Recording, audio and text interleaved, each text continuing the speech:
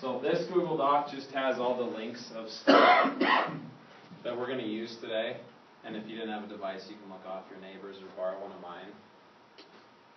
But this one's going to be like 10 minutes of me talking, and then the rest of the time is you playing with stuff. So at the top, the first link says presentation. If you want to follow along with us on your own screen, you can. You just want to look up here. I'll hit a light so we can see. So this one's just about using video in the classroom, and like you can see these little white and black funky looking things with iPads. They're called Swivls. And Cami Kostreva, who does sophomore and senior English, she has one, and then I've had one for about just over the past year. And we'll just kind of show you how I use it and how it can help you. So, because there seems to be an administrator in every one of these. Learning targets, goals, whatever you call them in your school. You can get one of these to play with for free if you just tell them I'm a teacher. And if you don't want to get your own, like if a PE teacher wants to get one for a month, and then you say like, hey, for a couple days, can I play with it? We're going to do that because if the internet works, it should be easy and take us about 30 seconds. And then you can make a free account with your Google login. So this is what you'll have when you leave. The other video tool I'm going to show you is called Screencast-O-Matic. And there's other ones you can do. It's just another way to use video in your classroom or with your staff. And then the last one is make a YouTube channel. So you guys already have one, even if you don't know you have one or you didn't make it. Like Mr. Dodds has a YouTube channel. He just doesn't know it. And so we'll go, all you have to do is kind of look for it for the first time. You'll go like, oh, I didn't know that was there. So none of these should be very difficult. And then I have 2 of these swivels in here and the screencast thing you can do on laptops. You're just going to make a sample video of something. Like we'll take turns and say, all right, 6th grade Wyoming history, come up and give us a 2-minute version of what you're teaching. And you'll steal this and put it on your YouTube channel just so you see how it works. And then you can just kind of test one out. So you should leave here with a free trial of one of these if you want it, an account, the screencast tool, make your YouTube channel, which is kind of already done, and then 1 sample video. So what is this thing? Basically, you get this little part which is like, I call it the robot just because it sounds cooler, but it doesn't walk around, it just pans around. So you'll see on the front, if I come this way, that little black vertical shape. I'm not a math teacher. Kind of looks like an oval. That thing is a sensor, and basically what it does is it tracks this little marker or remote. So what I like to do is I just put it in this lanyard, turn it on, and then you teach like normal. And as long as you don't run really fast in short angles around your tripod, you'll be okay. But if you're in a gym, like you put it in the one corner, you don't have to touch it. You don't need to, if you walk around with stuff in your hands like I do, it doesn't get in the way. It's just kind of there. Cami likes to just put it on a kid's desk. So her view when she gets videos is like if Johnny was right here. I put mine on a tripod because I like to move it around. How far does it read? It's Bluetooth, so like my room is pretty big. And so I can be in one corner of the gym. I take it and try it. I don't know. What kind of like insurance does it have on it? You know, because like if you're going to use it in the gym, it's going to get hit eventually, knocked over. That's a good question. I mean, you can put it in the bleachers. Yeah. I know, like you might have a ball bounce up there. So come to my last one, and let's find a PE teacher on Twitter who uses one of these, and I bet they have a solution. Like, I know the tripod is probably not the best in the gym if you're throwing balls around, but you could take this little guy, set it in something. Do you have any kind of plexiglass or plastic thing that's see-through? Put it on a net, like a little soccer net or something. Yeah. Or like your teachers tell you, go on Pinterest, and I bet some. That's what he tells me for everything. But like what you get is this robot thing that swivels around. You can put on a tripod, you can put on anything you want. A little marker. And then you don't have to use an iPad. I've used my phone. You can use anything that you can download apps on, like your iPhone, your iPad, your Android phone. And it has these little shims that'll fit pretty much any device. So whatever you have, you can already record on there. And then it comes with a lanyard and then the audio cable. So the way it records the video, obviously, from the iPad's camera. But, you know, if you stand back here, let's say you have an iPad little stand like to film basketball. The sound from that crappy microphone, to me, is going to be terrible on just a normal iPad. This thing has a little microphone grill. So through Bluetooth, it captures the audio perfect no matter where you go in the room. That'd be nice for the gym, for sure. Yeah. And any kind of oral instructions that you want to say, it's awesome. So, Can you make it look at stuff? like, give me an example. If you wanted it to look at that picture on the board Without just physically. without physically moving to it. Well, here's what they do now. I've only played with it, so I didn't want to put it in my presentation. You can take multiple iPads and sync them, up to 4 of them, into one video. Okay. And they also make ones that come with more than one marker. So let's say you're doing we got 4 tables in class, each one's doing a discussion. Mm-hmm. And then you tell this group what you did, like a think, pair, share. You can put one of these on each table, and then once their turn to talk, it captures their audio, and it gets it from more than one marker. I just do one in my class because that's Yeah. all I have. Just a question. Yeah. So the other one, everyone's like, what if I have a PowerPoint, and I want it to get the PowerPoint in me, but I walk around the room while I talk? Mm-hmm. I'll show you how you can do that. Okay. So what it does is it takes the recording, like I'm making one right now to use as an example, puts it up to the cloud, so just on their servers it saves it. So if you don't have a lot of room on your iPad, you can delete the video as soon as you're done, because it's uploaded to them kind of forever. And then you can go edit stuff. Like I had a fun class U.S. history last year. We did the Civil Rights Movement. I had a kid make a comment about a certain ethnicity while I was teaching and recording this, which got him OSS for 3 days. And I was like, probably shouldn't put that part on YouTube where I freaked out on a kid for using that term and kicked him out, and then he flipped me off and told me where to go. So you can go in and like just cut out that 30-second outburst you had, and then no one ever sees it. Or at the end, if you left it on, you can cut it out. But then the best part is you can publish it. Like I do YouTube because that's what kids use. But you can publish it to Vimeo and other things too. So why or how should you use it? The biggest one is substitute staff meeting for instruction in the classroom. You're going to go up there and talk, demonstrate, do it on the board, whatever. You might as well kind of archive it and save it. Kids can rewind you now. So if you talk too fast or you didn't explain it that well, I'll show you examples. You just say, well, go watch class. And then if you still have a question, ask me. Mr. Dodds, I'm not just saying this because you're in here. His big thing as my formal principal who actually determines my evals, when he first started doing that 3 or 4 years ago, his big thing with me was like, you don't reflect enough, you need to reflect, you're a young teacher, reflect, reflect, reflect. So I have about 175 classes that I've put on YouTube. And it kind of forces you to, because you're sitting there hitting upload, you're like, yeah, that one part of the class, I should watch that. And you have all that. You don't have to watch them all, but it's the best reflection tool there is, because if the IF or the principal can't come give you feedback, you just record yourself and watch what you do.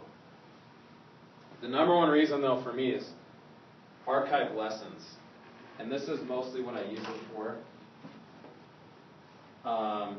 Just save yourself. So I tried to find a cool example. If you don't know Spencer Nichols, he's a former school board president. He's the head of the VFW.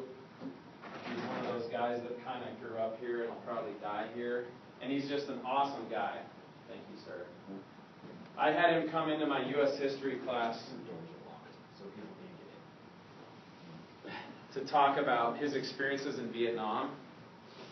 And he told me some of his health conditions that he had as a result of his service in Vietnam, like exposure to Agent Orange.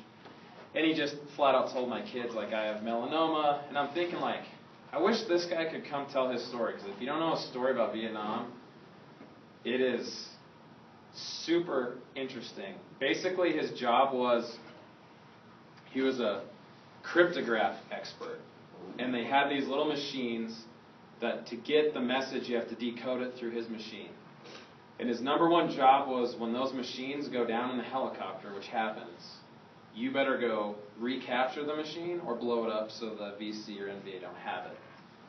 So he would get attached to special forces units. So he's just the code guy. He's not Rambo. But then he's got the Rambos with him on the helicopter.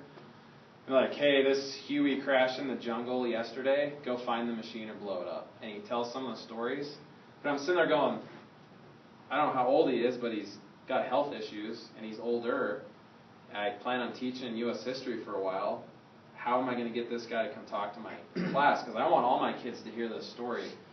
So with his permission, the day he came in, I gave him this lanyard and I said, if you don't mind, I'll record this for future my kids to watch. And then do you care if I share it on YouTube for like everybody? Which you can just search Spencer Nichols or on my YouTube channel. So his whole 45-minute talk he gave my class is saved on there. So let's say I moved to Kansas, which I never would do, and I don't know some cool Vietnam vet to talk to my class. I'll just say, meet this guy. Here it is. And it's not as good as him in person, but it's way better than nothing. And then the other one is like I had a couple kids sick. Like I really wanted to hear that guy talk about Vietnam and ask him questions. Oh, I just recorded it. You can go watch it on YouTube. So to me, as a teacher, look at all the things we have to do, like your curriculum stuff. Let's get that uploaded. There's always the project with those 10 in-service days. But we're really thinking about teaching. And I think if you use this to archive your classes, it's pretty awesome. I have a question. Please ask. Student privacy. How does that work? So, here's what I was told when I talked to the company. If you don't have identifying information on kids that you publish, so say you have a video of a kid giving a presentation, if they don't say, I'm Bobby Smith from Big Piney High School, you just have kids talking or you lecturing and they're in the picture, there's no violation of their privacy. If you take their work and put their grade on it, or somehow say you get a C on this presentation, that's an issue. If they talk about their identity, it might be, but if you just record your class, it's not. But so I mean, like Kevin, what do you think about? Now you've identified them. Yeah, but can you not publish a kid's first name? Yeah, it's okay to say his first name. As long as they don't get up and say like, I'm a junior at Big Piney High School, my name's Kevin Smith. I live at 4 And here's what you can do if it's an issue. Clip it out. Yeah, I'm going to get an F on this project. I mean, obviously you could clip that out. I'm just wondering how that works. That might be too much work. So most of my videos, anyone can see. And what you can do, so let's say you had one and it's Kevin giving this presentation in health class about his family and like stuff you don't want other people to hear, but you just recorded it. When you put it on YouTube, you can change who can see it and just say, instead of public, it's private. And now I have the link. No one else can search it on YouTube. No one can see it. So you can just adjust that when you're done. When I'm done recording here, it doesn't publish it yet. You have to do one little click. So it won't like put it out there for everyone to see. Yeah. And that was my wonder. In the course, pictures, it seems like are more restrictive than video. And to me, what it boiled down to when I consulted a couple different people on this question, because I didn't know either. If it doesn't identify the kid, then there's nothing wrong with it. So and it probably wouldn't have been true, or maybe still isn't true about a picture. Ironically, because I mean, you have to have permission for pictures to publish pictures. Yeah, and I don't have anything that I publish pictures, so I haven't asked that question. Yeah. So, but here's an example. You have a kid miss class. And there's two classic ways of handling this. I know in my experience. You either say, you can't make that up. I'll just exempt you. Forget about it. It wasn't a big of a deal. Which then you go, so why did I teach all the other kids that? If it's nothing you have to make up. or you have to have them come in before or after school, sit down one-on-one, and go over it all again. And it's a huge pain in the butt. So I shared this at the end of my last one. But I have a calendar, whatever you put like your learning targets in, middle school staff, I don't know if your principal makes you have like parents can see your lesson plans.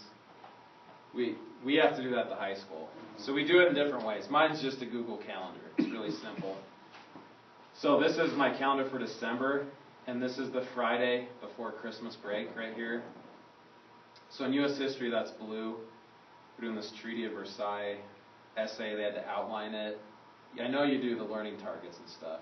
We have to put that in here. So I had recorded this lesson in 2015, and I put it on YouTube. So I have these girls come in, and they're like, okay, we were gone on this Thursday when we learned about the Treaty of Versailles, so how are we supposed to write this essay? Kind of like, I'll get out of this, because they're at basketball or something. And so, traditionally, you either have to say, okay, I'll let you out of it, or you two girls, I'll reteach everything from a block day, and then everyone else, I'll just ignore you. I don't know how else you handle that. Those are the only two ways I ever did. So with this thing, I put it on my calendar, they click the link, and I just say plug in some headphones. Because like you can see, these are current seniors. Well, I just recorded that last year, and I haven't drastically changed the assignment. So I just said, listen to me explain it, and kept teaching class. And you can tell they're like, God, I can't get out of anything in this guy's class. He's crazy. And then I didn't have to waste any time reteaching anything. And when they're done in 10 minutes listening, I was like, now do you have questions? Nope, you answered it. Me from the past that I archived on YouTube. Ancient you. And that's, like this time of year, we know it's the high school at least, basketball, wrestling, swimming, cheerleading, indoor track, I guess, kind of. Like, kids are gone. Thursdays and Fridays, you might as well not teach some days. So with this thing, you don't have to go back and reteach it. So to me, that's like the best reason why I would want to use this as a teacher. Some other things you can do, if you're a PowerPoint or some kind of presentation person, say at a staff meeting you have some slides like Mr. Lloyd had, what you can do is you can tell this thing to load your PowerPoint and you flip it around. So iPads have cameras on the front, right? They're not as good. Now,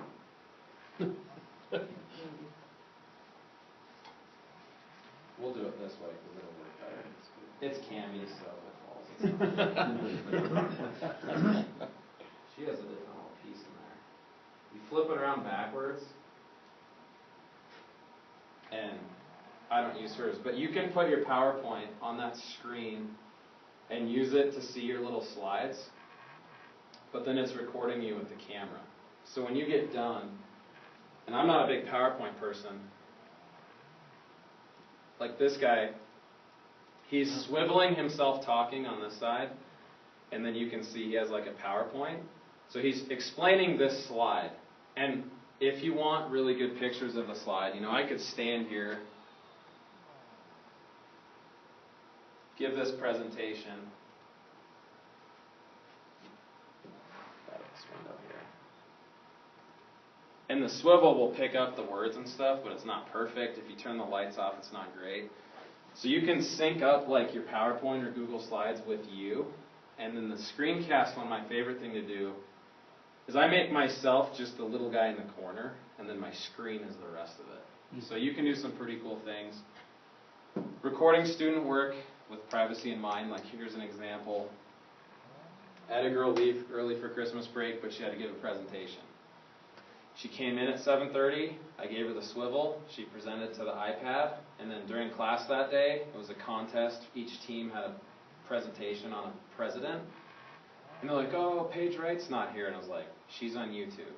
And we just played her presentation and graded her and voted on hers. So she didn't have to come to class that day. So, and you can have her do it at home too, but you can connect with other classes. Do you guys have friends who call you and say, can I steal your lesson plans? How do you teach this unit? Like the other health teacher, the other math teacher. So I have a friend in South Dakota. He's a great guy, but he's a terrible history teacher.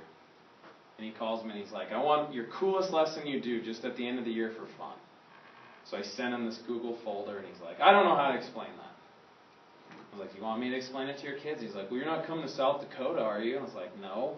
I'll just record the day I teach my kids and then you share it with them. So I just recorded myself and sent him the video. And I don't know what he told his kids. Some dude from Wyoming is going to teach today, or I don't know. And then you can get other people who do that. That is the idea. Not that I'm a great teacher, but he was like, I want you to teach my class. And I was like, I can't drive to South Dakota. So you just use this little thing, and it's pretty easy. So here's the first thing we're going to do. We're going to make your YouTube channel. You don't have to use YouTube to publish these videos, but to me it's my favorite way of doing it. Whatever device you're on, if you go to your YouTube app or browser, which is just youtube.com. Mine, you can tell, it's kind of scary to see like what YouTube recommends if your wife gets under your account, or I imagine if you have kids and they go watch like Lego stuff. That says Simon's Cats. Mine's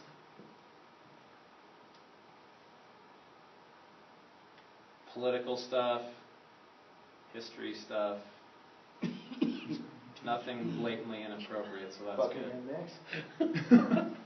It's a good album. It reminds me of before my wife had her own Amazon account, I let her order stuff off of mine once upon a time. Her grandma needed pumpkin filling Depends underwear and something else. Well, she didn't tell me what she was ordering, and I didn't go look in the history. But one day I log into my Amazon, it's like, hey, do you want more pumpkin pie stuff and old person underwear? And I was like, Amazon, how did you get this? And I asked my wife what she bought, I was like, okay, that makes sense. They start getting ads for Yeah. So basically, you have your Sublet 9 email, right? So how to unlock this, now you hit home again. This is a complicated pin. All right. Good luck remembering it. Thank you. And this keeps coming up too. You want me to sit and try it? Yes, if you don't mind. It's not super important. So, Google owns YouTube, and the school has our Google Apps account, the Sublet 9 account. So like for school stuff, I use my Sublet 9 email because it's schoolwork, so you use your school email. In the top right corner, you get this little, it either says sign in or has your little thumbnail picture. So if it doesn't have your picture, just hit sign in like you would with Puncher Portal. Okay, so click YouTube right there. And it might take in the app, but it'll work.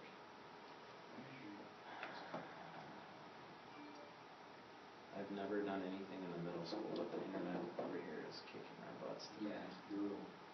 They won't let Mama go there because it's not supported by your server. Maybe we just need to get a hold of the Create a new channel. department and have them Yep. lock everything.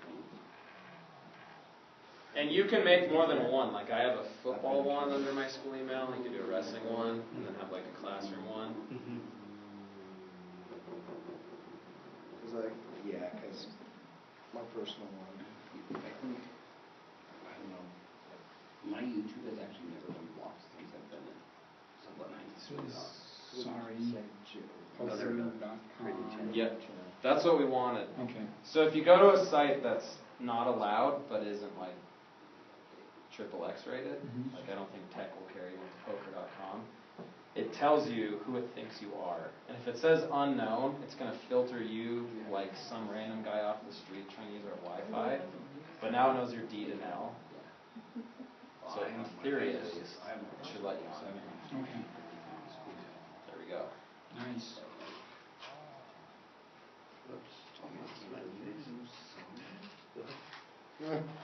Famous text and the rich kid. So if you log in there and now you see like your little picture, all you have to do is hit create channel. So you don't have to make an account, you don't have to do anything fancy. And if you don't have a picture, what do you hit? So that, the three little lines thing usually means a menu. We're going to go sign in. And then do your Channel's ready email. My channel's ready. Huh. I've never never gone to anything like that. That's the default one, because I Yeah. saw that this morning too. Yeah. The women's So you football push- did from. you push back to YouTube? XFL, Yes. or not, the LFL? Well, the thumb